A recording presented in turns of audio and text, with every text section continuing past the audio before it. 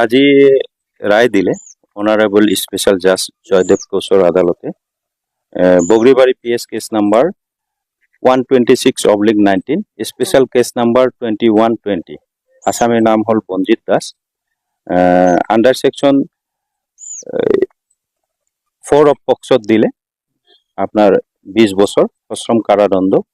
আৰু লগতে 10,000 টাকার ফাইন অনাদায়ে 2 মাহ কারাদণ্ড 363 আইপিসি এই সেকশনত দিলে 3 বছৰৰ সশ্রম কারাদণ্ড লগতে ফাইন 2,000 টাকা ফাইন অনাদায়ে 1 মাহৰ কারাদণ্ড এই ঘটনাটো এনে ধৰণৰ আছিল যে বঞ্জিত দাসে চাকৰি কৰিছিল বেটালিয়নৰ তেখেতে বগরিবাড়ি থকা সময়ত এজনী নাবালিকা ছোৱালীক পলুৱাই লৈ যায় আৰু তেওঁৰ লগত জোৰপূৰ্বক শাৰীৰিক সম্পৰ্ক কৰে এইটো ঘটনাটো হল তাৰিখটো হল 9/10/2019 9/10/2019 আৰু ভিক্টিমৰ দেউতাকে বগরিবাড়ি থানাত এখন এজাহাৰ দাখিল কৰে আৰু তাৰ পিছত তদন্ত আৰম্ভ কৰে তদন্তকালীনত ছোৱালীজনীক উদ্ধাৰ কৰে 2 মাহ পিছত প্ৰায় 2 মাহ পিছত উদ্ধাৰ কৰে আৰু আসামিক কৰায়ত্ব কৰে আৰু এই কেছটো ইমান দিনে ট্রায়াল চলি আজি রায় প্রদান করে এই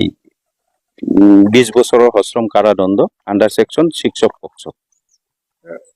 অসম পুলিশত কাম কৰিছিল অসম পুলিশ মানে বেটালিয়ন বুলি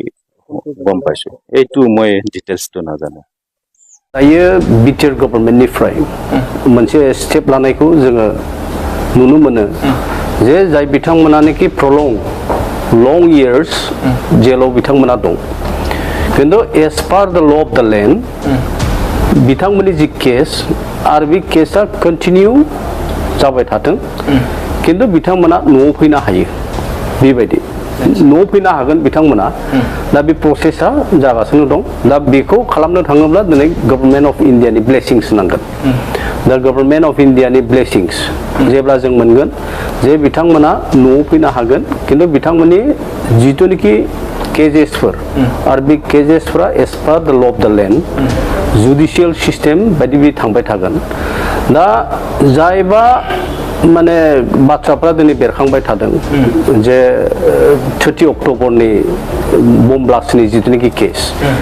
बेलेगफ्रा एसे नर्मेलसि मोनसे पजिशनाव दं दा बे 30 अक्ट'बरनि जिथुनिखि बम ब्लास्ट केस नैबे हाइनेस्ट क्राइमाव नोङो थाबाय दा जेब्ला बियो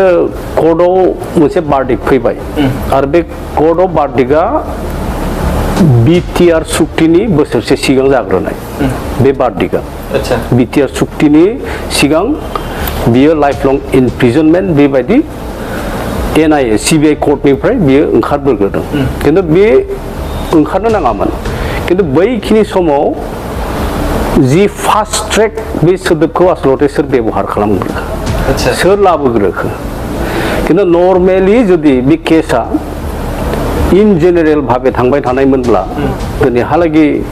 जाय बिथांमोनानोखि कनभिक्टेड जादों बिथांमोना आरामसे गावबा गावनि न'आव थानो हागौमोन आरो जाय बिथांमोनानोखि लाइक विटनेस हिसाबै जे 30 अक्ट'बराव विटनेस हिसाबै जाय बिथांमोनानोखि पिआइएल खालामदों आरो बिथांमोनाबो गले गले कर्टआव बिथांमोनाबो फैनो बागौमोन बै मानसिफ्रा विटनेस हिसाबै जायफोरबा माने होदों दा खायफाफ्राथ' ओरैनो होदों बेबायदिबो जोङो मोनदांनो हायो आरो खायफाफ्रा न'नि फेमिलिफोरा होदों जों मोनदांनो हायो किन्तु जेनेरेल जिथुनिखि प्रसेसआव जुदि थांबाय थानायमोनब्ला बे केसफ्रा दिनै आरामसे उइथड्र जालांगोन आरो बिनि सायाव खुनु माने मानसिफ्राबो साननाय नङामोन किन्तु फास्ट ट्रेक बे जिथुनिखि वर्ड बे वर्डखौ आसलते सोर कनभिन्स खालामखो सोर लाबोहोखो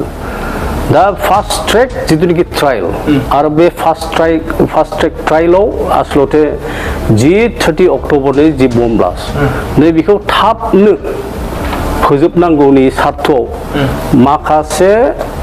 पलिटिकेल वेस्टेड इन्टारेस्ट मानसिफ्रा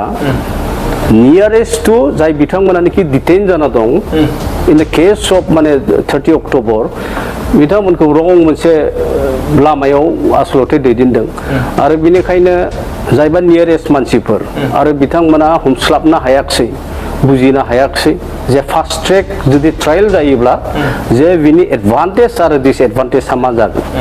बियो अबे लामाथिं थांगोन दा फास्ट ट्रेक जेब्ला बे ट्रायल जानाय लोगो लोगोनो गभर्नमेन्टनि मा होनना बुङो हाइकर्टनि जि माने जाजमेन्ट सिबिआइ कर्टनि जाजमेन्ट बिथांमोना फाउन्ड टु बि गिल्टी बेबायदि मोनसे बार्डिक्ट दरनना होबाय फास्ट ट्रेकनि जि माने ट्रायल मथे तो फाउन्ड टु बि गिल्टी जेब्ला ओंखारबाय आरो बियो बिटिआर सुक्तिनि बोसोरसे सिगांनो बियो लाइफ लं इनप्रिजनमेन्टनि मोनसे बार्डिक्ट नोङो सिबिआइ कर्टनिफ्राय ओंखारबाय आरो एट द सेम टाइम बेखौनो आरो चेलेन्ज खालामबावबाय नोङो हाइकर्टआव आरो हाइकर्टआवबो बे एखे बार्डिक्टआनो फैबाय दा जोङो खोनानो मोन्दों जे बेखौ आरो पिएल खालामदों नों सुप्रिम कर्टआव खिन्थु मोनसे जुडिसियारि सिस्टेम आइदार इट मे बि दे माने जुडिशियल कर्टआनो जाया मानो हाइ कर्टआनो जाया मानो बा सुप्रिम कर्टआनो जाया मानो दा फर एग्जाम्पल जे हाइ कर्टआ जि सिबिआइ कर्टनि बार्डिक्ट आरो बे बार्डिक्टआ गोरोन्थि जादों मोजां जायाखिसै दा सुप्रिम कर्टआ जुदि बुङो जे जिथुनिखि बार्डिक्ट आरो बे बार्डिक्टआ मोजां जायाखिसै बियो गोरोन्थि जादों दा बिदि जुदि बुंलायलायोब्ला इन्डियानि जुडिसियारि सिस्टेमनि सायाव नोङो रावबो बिसास खालामनाय नङा इन्डियानि जुडिसियारि सिस्टेमनि सायाव रावबो बेबायदि आरो मा होनना बुङो मोजां जाजमेन्ट फैनाय नङा दा बेनिखायनो नैबे बेलाखौ आसलते जोंनि बिटिआर गभर्नमेन्टआबो गारना दोनाखै आरो बिनि थाखाय डे एन्ड नाइट जोंनि प्रमद बर' बिथाङा नाजागासिनो अबे लामाजों बोरै हागोन दा जोङो नुनो मोनो बहुत बेबायदिनो जेलाव डिटेन जाना थानाय नोङो सेंग्राफ्रा जेब्ला बिथांमोना न'आव फैयो बेबायदिनो गभर्नमेन्टजों एसे एफिलिएसन खालामनानै एसोसिएट खालामनानै बाथ्राफोरखौ माने बुङो जोंनो जाय बिथांमोना बेखौ जास्ट पलिटिकेल पार्पसावल'सो माने माखासे मानसिफोर दं जे बेबहार खालामबाय थादों जोङो गभर्नमेन्ट अफ इन्डिया आरो होम मिनिस्ट्रिनि बहाय नांगोन एप्रुभेल नांगोन आरो बेबायदि बहुत माने एजेन्सिसफोर दं सिबिआइनि जिथुनिखि कर्टनिफ्राय बे बार्डिक्टआ ओंखारलांदों दा दिनैनि तारिखआव जोङो मेन्टेलि बेसे प्रिपेयार्ड बे खामानिखौ मावनो जाय बिथांमोना नियारेस्ट टु देम बिथांमोना गजानायखौ लुगैजायोना लुगैजाया आरो बेनिखायनो इन वान अफ द इन्टारभिउ नोंथांमोननि बे स्टुडिअ'आव आं बुंना थांनायमोन जे बिथाङा गनायनि जिथुनिखि राहा लामा बहाय बिथांनि फेमिलिनिबो इन्टारफारेन्सनि प्रयोजन जानानै दं दिनैनि तारिखआव दा गभर्नमेन्ट अफ इन्डिया फोथायनो एसे गोब्राब मोनदों बेबायदि